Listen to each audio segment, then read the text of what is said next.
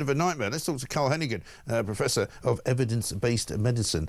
He's the Director, of course, of that Centre for Evidence-Based Medicine in Oxford. Carl, very good morning to you.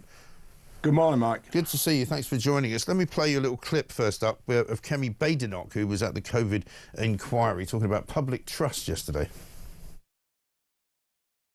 The last time I was here, I talked about WhatsApp groups, for example, family WhatsApp groups, things that government has no insight into. Even the tech companies don't really know what's being shared. It's all encrypted. And a lot of false information travels very quickly through those channels. It's everything from vaccines will kill you to the government is suppressing information. In fact, some of it often has lightly reputable sources who are backing it up. I remember we had some people from the BMA who genuinely believed that we were trying to stop information from getting out about what was happening with ethnic minorities. And when you see that on a public forum, you'll think, oh, well, if the doctors in the BMA think that, then it must be true. But even they were wrong. And then that starts to propagate. That was one of the reasons why I decided to take part in vaccine trials. That if people thought that the government was trying to kill them, then if the minister herself was taking part in trials, which are more risky than a fully tested vaccine, that might help with public trust. I mean, there's an awful lot in that, isn't there, Carl? I mean, first of all, I completely push back against their assertion that it was wrong to say the government was trying to keep information from the public, because they were. And the issue of vaccines is no longer about whether or not the government was trying to kill people, but it was about whether or not they were properly tested and properly ready to be rolled out in the way that they were. And we know that there's now plenty of reasons to suspect that they were rushed out. So I think there's quite a lot, like you say, Mike. First is to say the inquiry's not looking at the issue of whether the vaccines work, the safety and all of these big issues, because basically seems to be putting that to the sideline and saying, oh, what great success. And then what interests me about ministers and people in positions of power, they think what's happening is out there in society when people are talking and sharing information, somehow they're wrong. Instead of listening to them and going, they've all got genuine concerns, they're probably asking the right questions to say, no, it's misinformation. Right. That's an incredibly bad position to take. And I think Kemi Badenoch, as leader of the Tory party, should get some better advisors on board. Right. People discuss the issues at hand. What we do is importantly listen to them, because they're probably talking about the signals of harm and going, we have hesitancy, we are importantly making decisions. And it's called sharing information and talking to your neighbours. Right.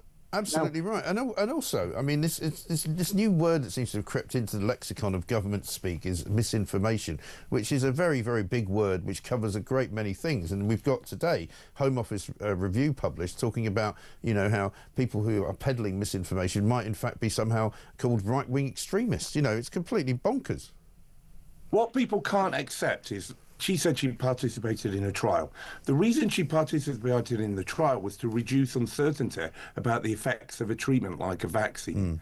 And in doing that, when you express uncertainty, what's happening is governments come along and say, well, you're an agent of misinformation. And all you're doing is asking questions. Yeah, right.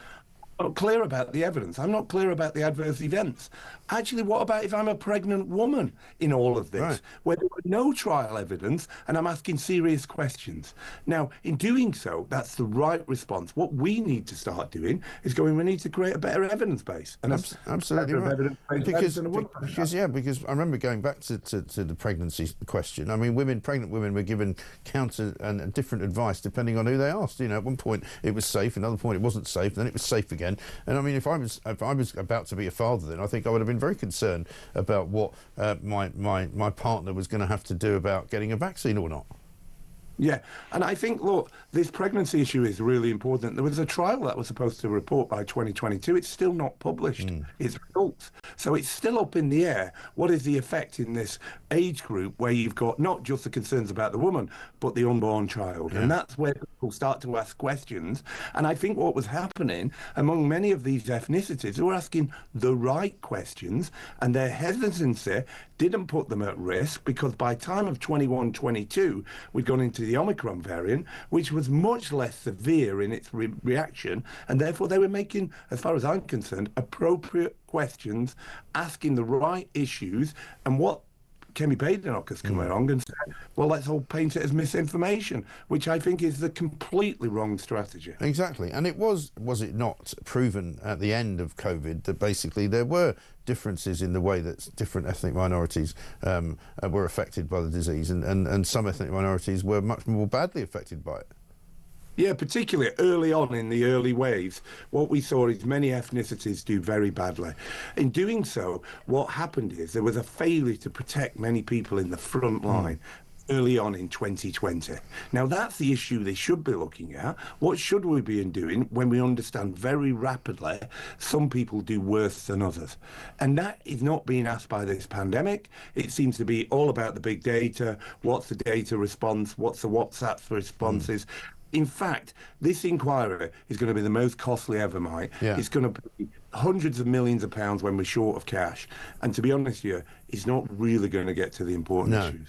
No, and all I hear now every week, whenever there's a conversation or articles written or pieces written by people who are supposedly experts, an awful lot of the questions that we were raising, you were raising them, Julie Hartley-Brewer was raising them, I was raising them, are all turned out to be very valid questions. Like, for example, look at the damage that's been done to children who didn't go to school for 2 years.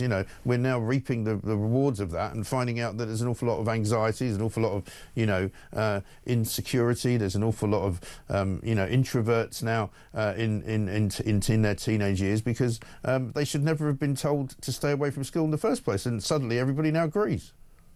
No, I'd agree with you. When you look at the young children, I speak to school teachers, and when they say, look, they turn up at school, they can't read, they can't actually tell the colours at age 5, and some of them are in nappies, they're going, we're in deep, deep trouble. Yeah. And in doing so, what you remember is, for about 2 years, we subjected a group of children at their formative years to a world where they never saw emotion, didn't get out much, saw everybody with a mask on their face, and now we're reaping the problems that come with that. Right. I mean, it is totally right. Adding to that the economic issues, when we had a 22 billion black hole, but apparently we spent 400 billion without even thinking about it. Actually, what's happening now is somehow we seem to be saying all of this is in the past and still not understanding how many problems this has created right now, and asking questions about why did you give away, for instance, 40 billion into a bounce back loan system overnight with no balances and checks, when now it seems you can't give away a penny without the OBR coming on board and saying, look, I'm sorry, you can't do that. I know. It is quite remarkable, isn't it?